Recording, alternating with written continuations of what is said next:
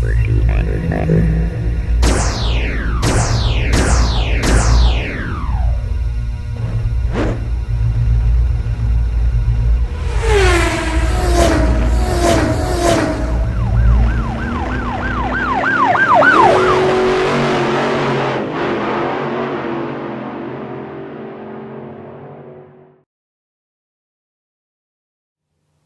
is a bare-bones release of the Freemason interview. We don't have enough time to properly review it because it's some 2.5 hours of raw footage and it's very complex. So we want to put this out there as soon as we can for people to kind of chew over. But try not to fight about things much because it's complicated, and I don't think there's anybody coming from any one perspective who knows everything about these things. I'm going to have to do a lot of research, and then I'll release a version of this where things are properly reviewed, and then we can probably debate more intelligently on the issues with rumor, conjecture, and lies and misconceptions removed from the entire issue. Our goal here is to keep the movement strong and not to splinter it. But that's not up to me, that's up to everyone in the movement, and we'll just see what happens. I'd like to thank Jason Jodlowski and Jonathan Kraus for making the trip to New York with me. And I'd like to see more of this in the movement, people traveling out of their comfort zones and not just attending rallies or attending protests or going where somebody says they should be, like Glenn Beck, but actually going out on their own, you know, in a way that is completely unmonitored and uncontrolled by anyone. I'd like also to thank Craig for sitting down with us. He was, you know, very gracious with his time, and we certainly learned a lot.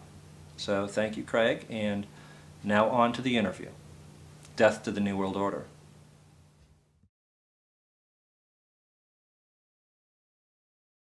Wait 1 second.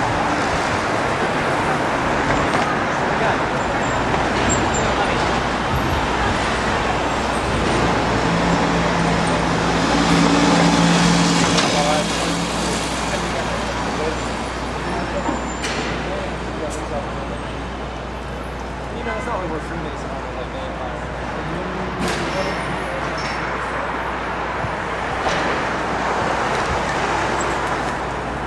Right.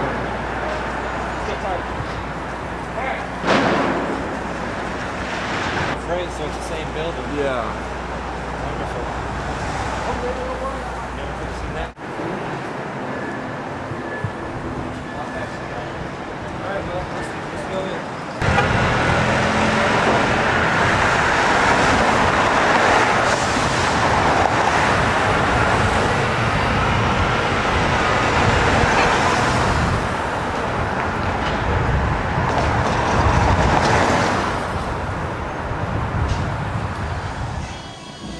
Once again, I apologize in advance for any discrepancies because I don't know a whole lot about Freemasonry. Even though my father was a Freemason for some period of time, you know, he won't really talk about it. And I won't really, I don't question him about it because, you know, it's a little bit of an odd topic between a father and a son. But anyway, I wanted to give you props for your work. I know you've been involved with the Tea Party.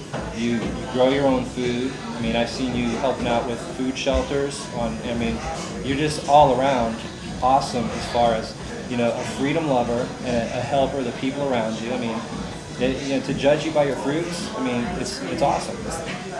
And so I also want to let you know that anything you want to plug as far as, I think you started a new project. You know, anytime you want to do that, just bring it on up. I'm sure there'll be a segue to that somewhere. And so we're rolling film now. And my name is Harry Link, and I'm sitting down with Craig FitzGerald in New York, Manhattan, New York. Manhattan. And we're just here to do an interview and address, you know, some people's concerns and just bring out some information about, you know, Freemasonry and the Truth Movement, you know, what it does mean, what it doesn't mean, what it may or may not mean, you know, that kind of thing. Just to address some rumors or some fears or whatever, in whatever way we can. So all right.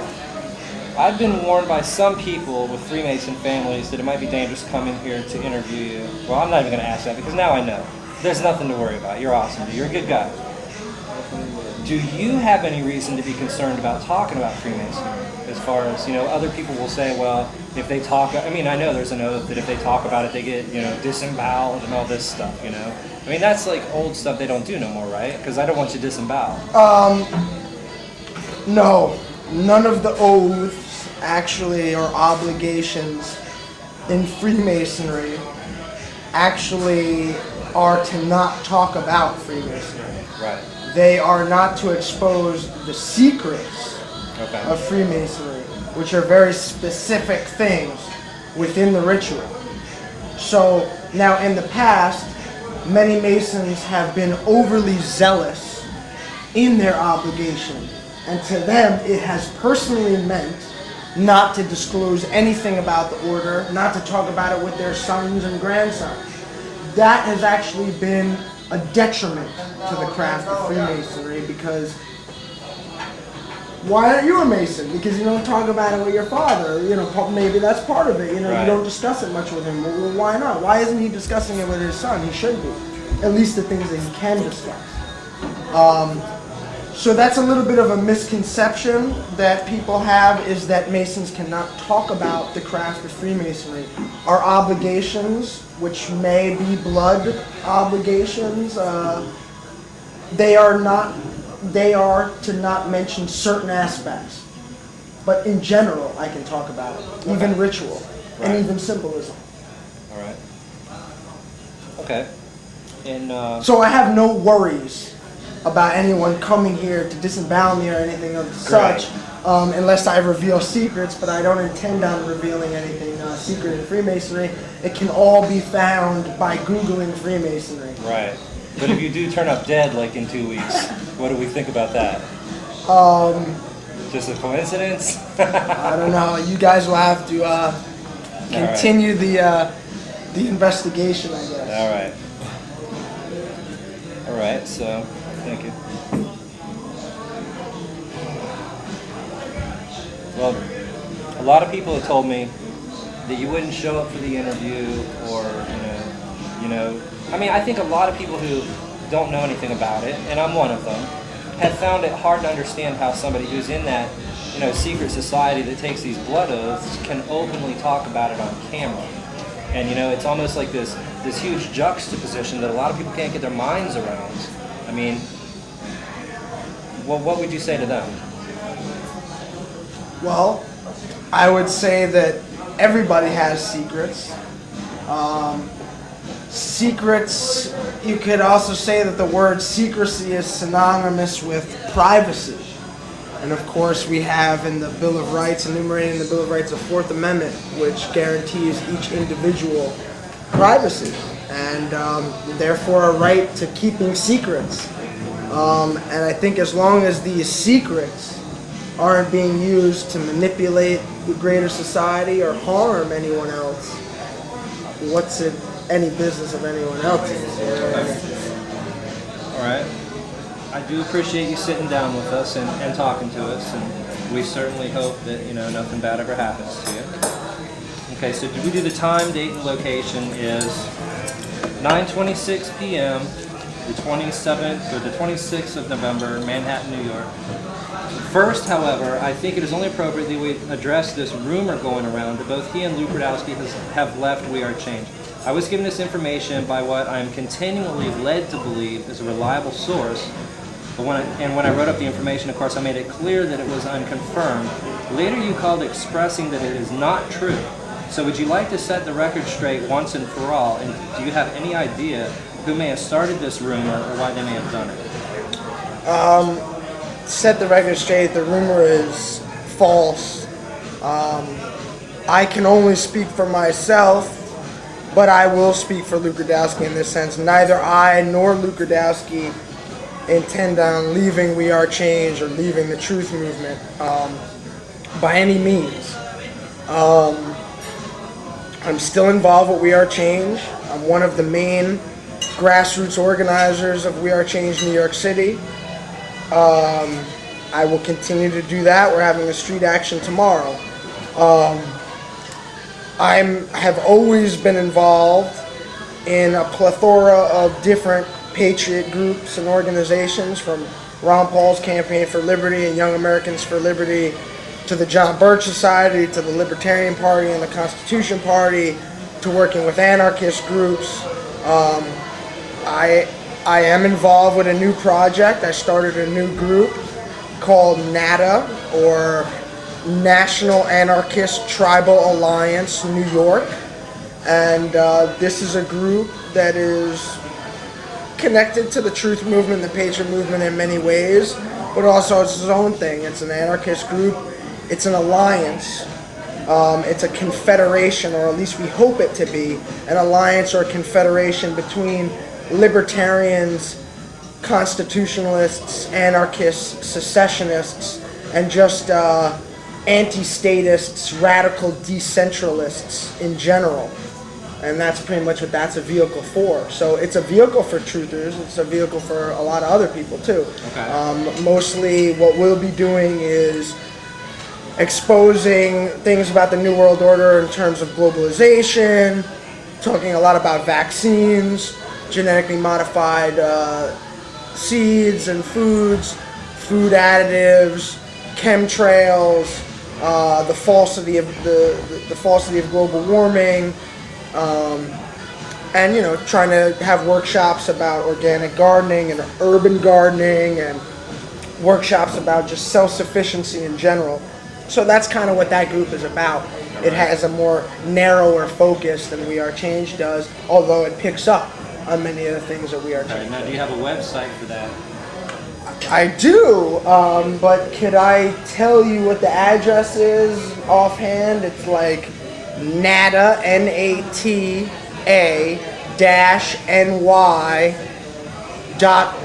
I believe. We'll get that on the screen. But you could just Google National Anarchist Tribal Alliance New York, and you will find the blog. Great. Okay, well, now that we have that rumor out of the way, I want to assure you this video, though the video will take some time to put together, that I will release the information immediately, that it is, not only rumor, it's a lie. It's a lie started by somebody. And we can go into that. You heard it from certain individuals. I know for a fact that these certain individuals are in contact with this guy Louis B., and it's been his mission for the past 2 years to create division, and We Are Changing This. All right, now moving on to, well, first I'd like to discuss your background as far as, not since you were born, but your religious and political beliefs since you were a child. How did they evolve over time, and where are you at now, and how did you get there? Okay, well, as stated, I'm Craig FitzGerald. I'm 29 years old. I was brought up here in New York State. I was born here in Manhattan. I was brought up in a town just north of the city called Yonkers, and the Bronx, which is part of New York City. While at the same time, my father has always had a farm in upstate New York. So as much as I've grown up a city boy, I've also had a lot of exposure to the rural environment and outdoor and farm living. Basically, I'll talk about, religious stuff. I was brought up in a fairly Judeo-Christian context. My family are Christians of all varieties, traditionally Protestants and Catholics. My mom came up out of the hippie movement. She was involved in that in the 60s. My father wasn't, grew up during that era too. He wasn't so much a part of that. So although there was a fairly Judeo-Christian context to my religious upbringing, it was always kind of like left to my own decision. My mother always said, you'll figure out what's right. Religious and spiritual beliefs are all about you and the individual and finding out what's true for yourself. So as much as, like I said, there was a context, it was fairly like, hey, we come from a Christian, a white Christian family, it was also very open, where I could decide anything and be anything, and my mom wouldn't, and my parents in general wouldn't be judgmental of me. And I'm very interested in all different religious paths and mystical traditions throughout the ages, and I am a lay scholar in religions, world religions, particularly ancient ones, and how they relate to occult and esoteric societies throughout the ages up into the modern day. And politically, we could say, I was brought up fairly in a constitutionalist and a household that believed in the Constitution and the Bill of Rights and traditional American values.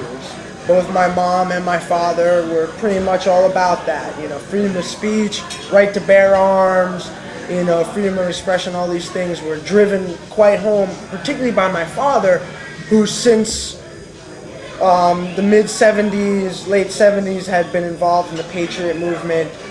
He was a founding member of the New York State Sons of Liberty, which is a constitutionalist militia here in New York State.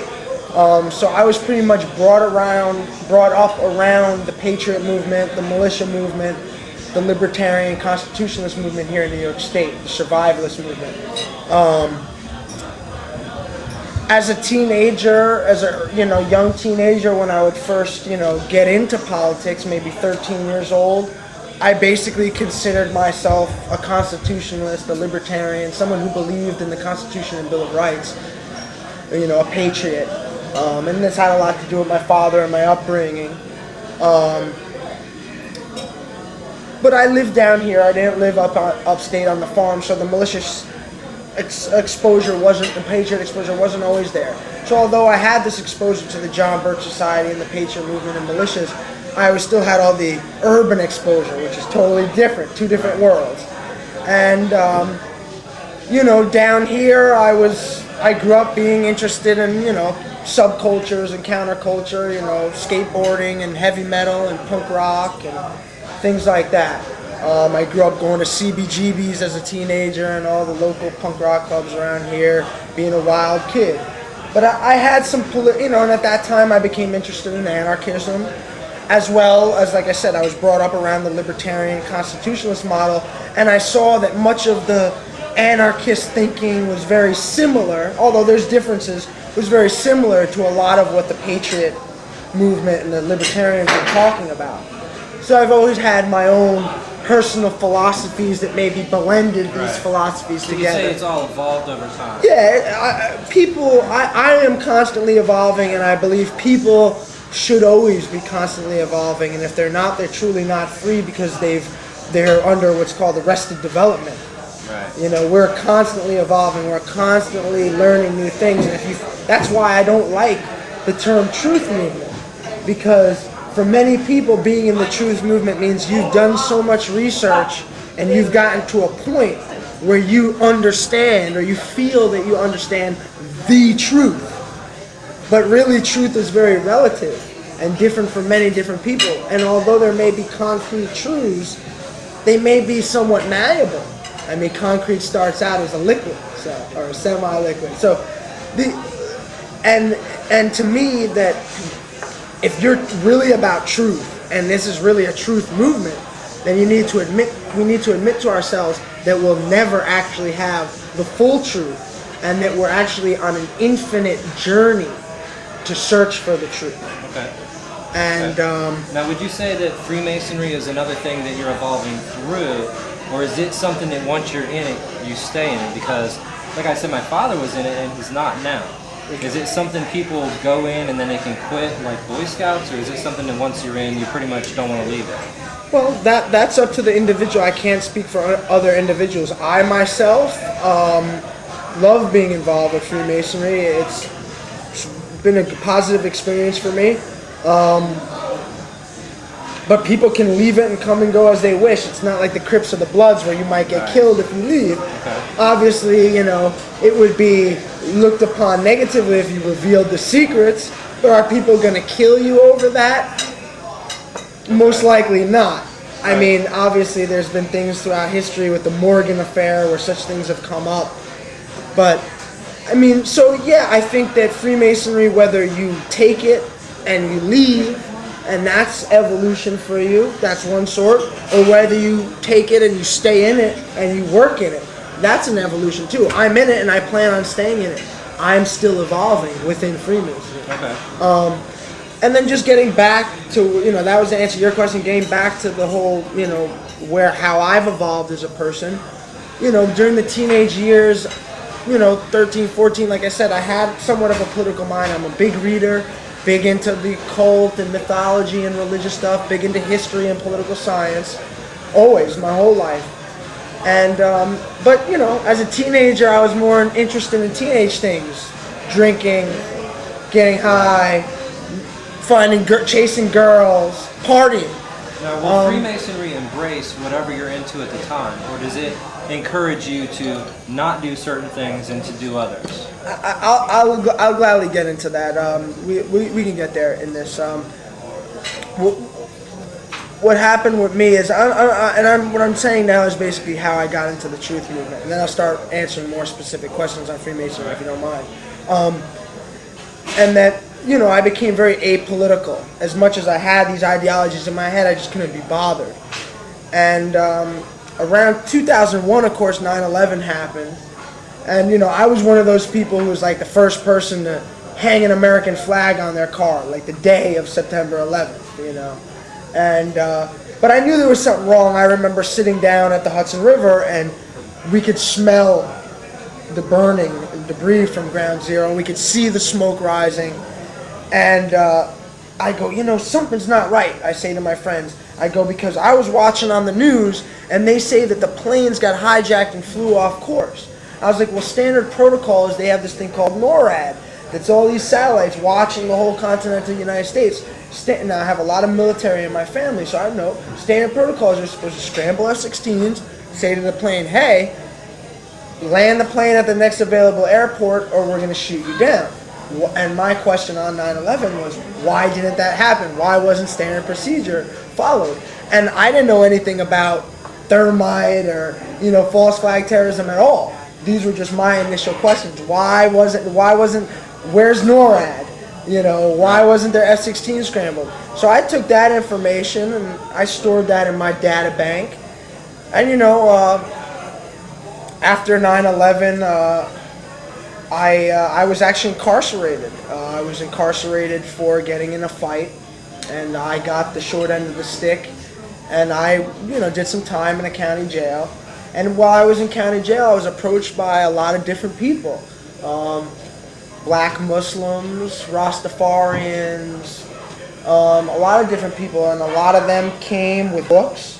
One of those books was Behold the Pale Horse, William Cooper's book, Milton William Cooper. One of them was New World Order by Ralph Epperson. And there were some other books, and I read right through them. I ate them up, and I was like, wow, and all throughout my teenage years, not only from my father, like I said, my father was in the Patriot movement, so he had educated me about Bilderberg and CFR and the Trilaterals and the UN and the Illuminati. I heard all these things before, and I had friends who were older than me, who were a little bit more politically active, who read the Spotlight, which became the American Free Press, and my father used to read that. I used to be on his knee looking at the Spotlight. So, I had friends who would bring up Bilderberg all throughout my teenage years. But, like I said, I was apolitical. I didn't really pay attention. So I read all these books when I'm incarcerated, and I'm like, oh, wow. This is what some of my friends and my father have been talking about for years, and it was really ringing true with me. And, like I said, I had a background studying history and political science and esoteric and occult stuff already. So it just made me more interested in that. And basically from that time forward, I didn't stop researching, and I've never stopped, and I'm still on that journey, that evolving journey that we're all on, finding the truth. And that's been basically of constantly reading books and cross-referencing. And, of course, I read all the stuff about how Freemasonry was this integral part of the New World Order and was this negative thing. And I had my questions about Freemasonry for a long time. Was this before or after you were in it? This is well before I was a Mason. This is, like I'm saying, this is 2002, 2001, 2002. I'm incarcerated. I start getting this information, and it kind of wakes me up to this stuff, and I go and I start putting the 9/11 pieces that I have in my head together with it as well. And it's a slow and it's a slow process of waking up. I'm from 2002 until 2006. Let's say I'm just researching the New World Order, falsified terrorism, 9/11, secret societies, and how it relates to history and political science. And then I find out about Alex Jones. I think I bought Alex Jones' video off the street. Found out about InfoWars. Checked out InfoWars. Started listening to Alex Jones. Found out about We Are Change, Luke Rudowski. Saw what they were doing, liked what they were doing. Didn't get involved. Just, I was educating my friends, my family, and myself. I wasn't really an activist. I was just a researcher. And I still look at myself primarily as a researcher and an activist second. Right. And around 2007, We Are Change had a big event. Charity concert for 9/11 first responders. Alex Jones came out for that. I attended that event. It was the first time I did any street actions with We Are Change. But then after that event, I didn't get right involved. I kind of went on hiatus, and I watched what We Are Change was doing. Now, that was September 2008. That was September 2007. So by spring 2008, I started coming to ground zero, and I started getting involved with We Are Change on the grassroots level, being involved, handing out flyers, educating people. I am still not a Mason at this point. This is 2008. Bilderberg happens. I get in touch with some people in We Are Change who are going down to Bilderberg, and I go with them down to Bilderberg. We protest Bilderberg. And I'm pretty active in We Are Change. We have the September 2008 events. We have the September 2008 events. We have the September 2009 events. And I'm pretty much involved with We Are Change hardcore from 2008 to 2009, definitely. And all the way to 2010, I'm involved. From 2008, I really got involved, like around Bilderberg. I've never left We Are Change since then. In that time, I became a Mason. I became a Mason in late 2009. Now, how did that come about? Early 2010. Like I said, I had concerns about Masonry and its secrecy and its elitism and how it was involved with the New World Order. The more and more I researched and the deeper my research got, I realized that saying that Freemasonry was totally evil, or that all Masons were evil or involved in the New World Order or the Illuminati, was an oversimplification. And I eventually started realizing that from my research, basically from not just reading conspiracy theorist books, but looking at what they cite and finding the primary sourced material. So looking at books that were written in the 1800s, looking at books that were written in the 1700s about Masonry and the Illuminati and the New World Order. And then I knew people who were Masons. My father's lawyer was a 33rd degree Mason Shriner. And I knew he wasn't involved with the New World Order. And then I had a friend for 12 years who became a Mason. And eventually he said, Craig, if you're interested, just come and knock on the door. And eventually I said, I'm interested. And I filled out the paperwork and I got initiated. And that's where and I've gone further in Freemasonry. I became a Master Mason. After that, I was invited into the Scottish Rite, and I've taken the degrees up to 32. I'm a 32nd degree Scottish Rite Mason. I am not a York Rite Mason. I have not done the York Rite yet. I am not a Shriner. I'm in no other orders other than Freemasonry, Blue Lodge, 1, 2, 3, the first 3 degrees, Craft Masonry, and the Scottish Rite, 30 more degrees. That's the only orders I'm a member of. I'm not a member of the OTO or any other orders. I'm not a member of any religious groups, nothing organized. I have my own religious beliefs. And basically why I came to Freemasonry was because, like I said, the story of Freemasonry and its involvement with the New World Order was a lot more complex and nuanced than most anti-New World Order, patriot, truther, anti-Masons were putting out there. And that I felt by becoming a Mason, I not only could get a better understanding of the craft for myself personally, but also to help the truth movement and the patriot movement in their understandings and their pitfalls in their criticisms of Masonry. Right. And while at the same time, I could also educate Masons about the New World Order and its many aspects, the Illuminati, how Masonry may have been infiltrated by these groups in the past, etc. So it would be a way to educate people and bring the truth to more people, not just in the truth movement, not just in Masonry. What do you think about, for instance, Bill Cooper, who wrote The Hold the Pale Horse? He has a big problem with Masons and says that, not every Mason, but, that they're an integral part of the New World Order at the higher levels. And the way he explains it, he says it's not just Freemasons. All the secret societies, once you get up high enough, you become part of the Illuminati, is what he said. What do you think about that? I think that he's touching on truth. I think that that's just the tip of the iceberg. It's a lot more nuanced than that and complex than that. And what I mean is, first of all, what is the Illuminati? All right? The Illuminati, as we know it today, was a secret society that was started in the late 1700s in Bavaria, which is a state in Germany, by a man named Adam Weishaupt. Adam Weishaupt was a Jesuit. He was a university professor at a Jesuit school. He created an organization. He didn't like what the Jesuits were doing. He liked some of what they were doing, but he didn't like the route that they were taking. He decided to create an order that became known as the Perfectibilists, or the perfect people, right? The perfect ones.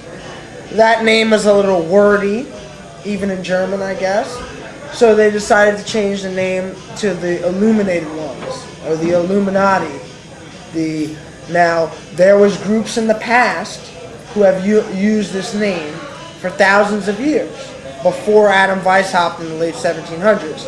There was, during the Renaissance period, there was the Alhambarados in Spain, which means the Illuminated Ones in Spain. There was the Roshanaya in Afghanistan, which means the Illuminated Ones. There's the Sons of Light, which if you read the Dead Sea Scrolls is what the Essene community or the Dead Sea Scroll community called themselves, the Sons of Light. The Illuminated Ones, same thing. And William Cooper, I think, will agree with me on some of this stuff I'm saying about the Roshanaya, Illuminated Ones and stuff. Right, well, his book will, is what I'm saying. Okay. So really what we need to understand is then you need to read Weishaupt's writings. You need to read the original writings of the Illuminati back in the 1700s. Now, Adam Weishaupt became a Master Mason. Now, Adam Weishaupt's stated goals in becoming a Freemason was to infiltrate Freemasonry. His stated goals for the Illuminati was that the Illuminati would be a secret order that would infiltrate Freemasonry, the Jesuits, the Vatican, and any other fraternal, chivalric order that might exist to pervert it to their agenda. And the Illuminati's agenda was world government, basically world communism. I mean, Karl Marx's Communist Manifesto was heavily influenced by Adam Weishaupt's writings. So Adam Weishaupt's plan for the Illuminati was to infiltrate the Illuminati into these other organizations to try to gain control, to carry out their agenda, as well as start brand new organizations from the ground up to carry forward that same agenda of the New World Order. So when we start to say that all these orders, whether it be the Freemasons or the Rosicrucians or the Vatican or Opus Dei or the Jesuits or the Templars or the Ku Klux Klan or the Odd Fellows or the Illuminati or the Sufis or any of these groups or the OTO or some anything, any groups, that at the top they're all part of this greater elite club that's for the New World Order, the Illuminati, the elite caste. Well, there may be truth in that. That at a certain level in these hierarchies, there are elites that are working together. Yes, the elite of the Vatican is working with the elites at Bilderberg and the CFR, who work with other elites, who may be some of them Freemasons, who some of them may be Knights of Malta and Jesuits, and some of them might be in some other order, and some of them might be in no order at all. So to me, it's really about elites and non-elites. And that to say that, okay, I think William Cooper, he takes a quote that is attributed, and many researchers take a quote that's attributed to Albert Pike, that states that the Luciferian doctrine of Freemasonry will only be repeated to the 31st, the 32nd, and the 33rd degrees, meaning that those are the first of the Illuminati degrees. And then once you get into those degrees, and then you'll go into the Illuminati and into the New World Order stuff at the top. But the truth is, being a 32nd degree Freemason, is that if you read Pike, that's an oversimplification in itself. He does say that. But first of all, let me back up. He doesn't say that in Morals and Dogma. Pike does not make that quote in Morals and Dogma. That Pike quote, it's originally sourced to a letter that he wrote Giuseppe Manzini. And of course, the original version of this letter doesn't exist anymore. So, I'm not saying that the quote's not true, but I'm not going to believe that it's totally accurate either, because it's not verifiable, is what I'm saying. And what I'd say is, even if it was verifiable, it's a simplification. Because, really, you can travel up beyond 33 degrees. You can travel up beyond 97 degrees, beyond 99 degrees. You could take 360 degrees of a full circle of Masonry. You can go beyond 360 degrees to 800 degrees to 999 degrees in Freemasonry. These do exist. They're not worked that often, but they do exist. And you will never be invited into the elite cabals, the elite orders that are bloodline oriented, that are about the New World Order.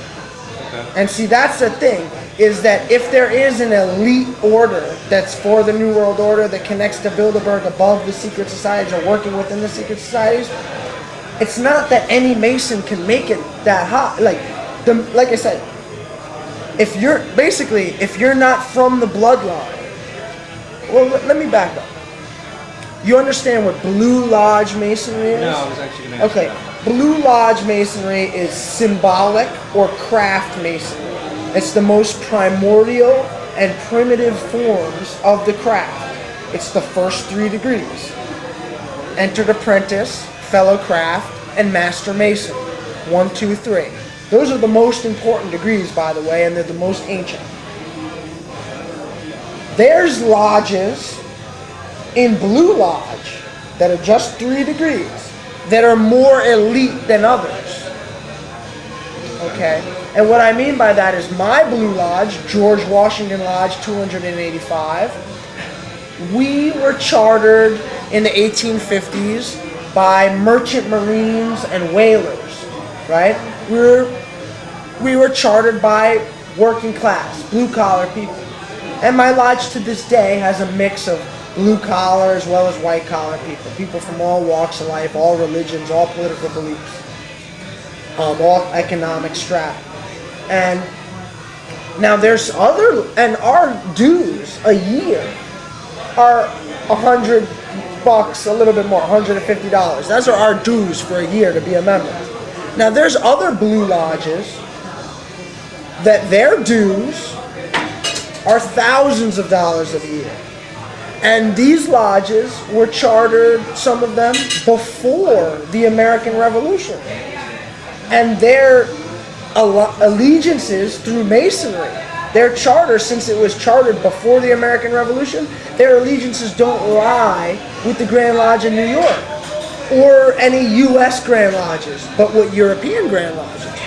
And these lodges that are more elite and more expensive, they are predominantly blue blood lodges that only initiate people of these lineages, these bloodlines. This is very revealing. Okay?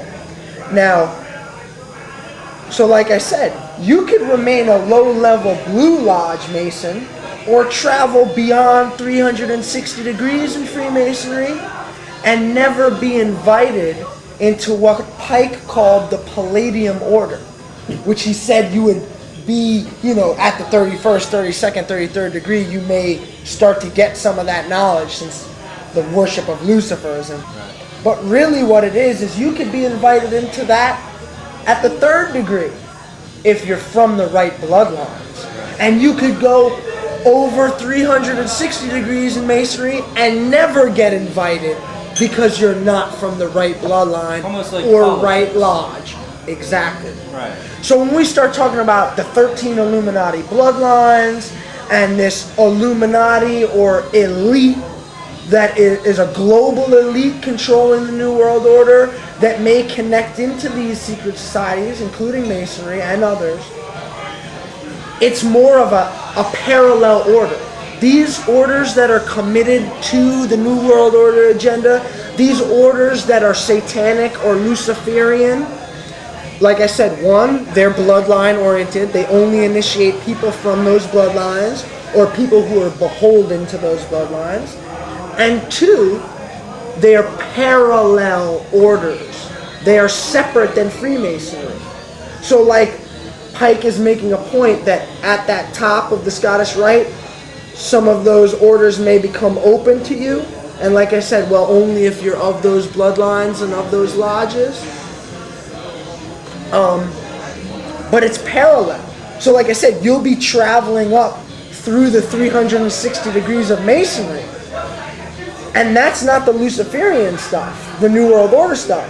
That's a side order that you got invited into. You understand what I'm saying? It's a parallel stream, a parallel order, a parallel hierarchy, separate than Freemasonry. Now, Blue Lodge Masonry, the first 3 degrees, as well as Scottish Rite Masonry, which is 30 more degrees, up to 33, and York Rite Masonry, which is 10 more degrees, up to 13, which is the Knight Templar degree.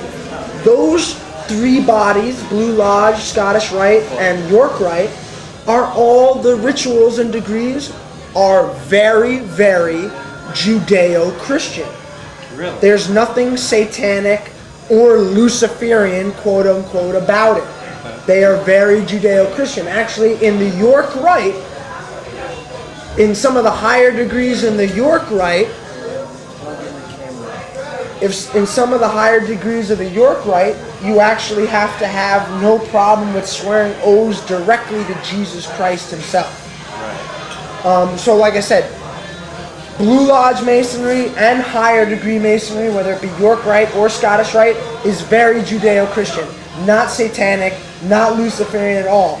You could say that the archetypes and symbolism are pagan only because the archetypes and the symbolism are older than Judeo-Christianity. And although they are very Judeo-Christian, they transcend Judeo-Christianity, right? And you could say that the shrine, which is a degree that you can take, it's 1 degree, the shrine, that you can take after you become a 32nd degree Scottish Rite Mason or a Knight Templar York Rite Mason. You can take the shrine degree. That is an Islamic degree.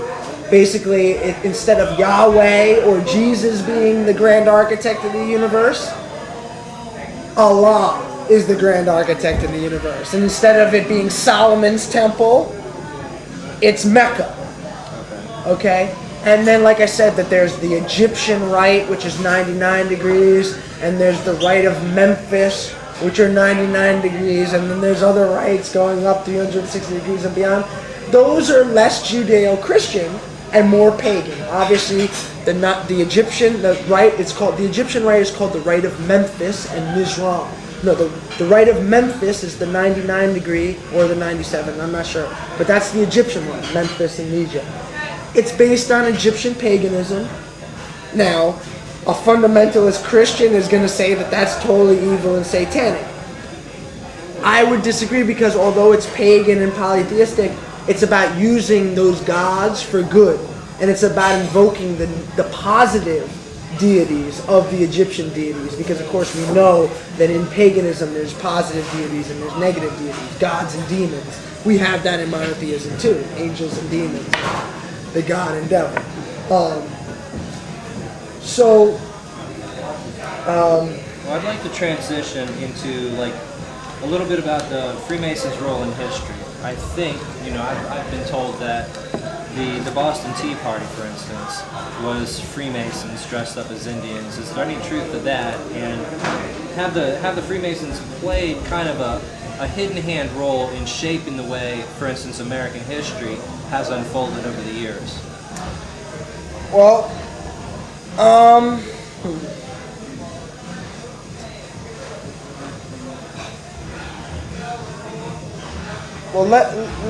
going to finish up on the last point that I was just making real quick, is basically that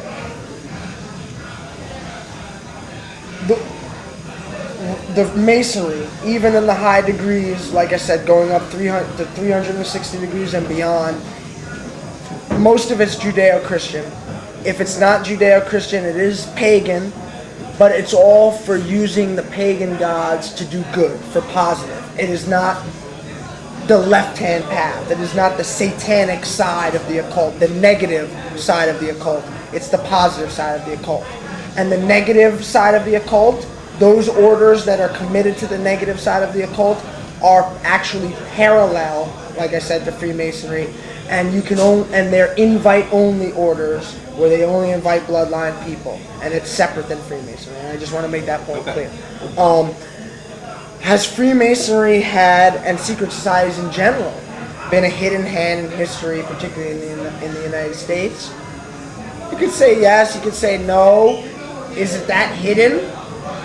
I could ask you that. I mean, pretty much a majority of the founding fathers were known to be Masons or in other orders like the Rosicrucians. It's not, you could say that that's a secret. It may be little known knowledge. It's becoming more and more known. I'm sure you're aware of that more and more people do realize that. But I don't know if it's a big secret. Is it a big secret that Freemasons and other secret societies have been integrated and involved with the foundation of the country and the management of our country? Once again, it may be a neglected part of history, but I, once again, don't think it's a secret. It's just taken an attentive student to see it. Okay. Because, there's how many presidents of the United States were Masons or in other occult orders that are similar to Masonry. Most of them were.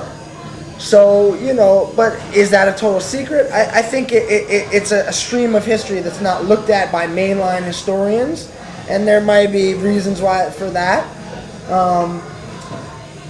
In terms of the Boston Tea Party, my knowledge of the Boston Tea Party is that the Boston Sons of Liberty, which was a militia group, basically a patriot group that were agitating for revolution against the Tories, the British, at that time.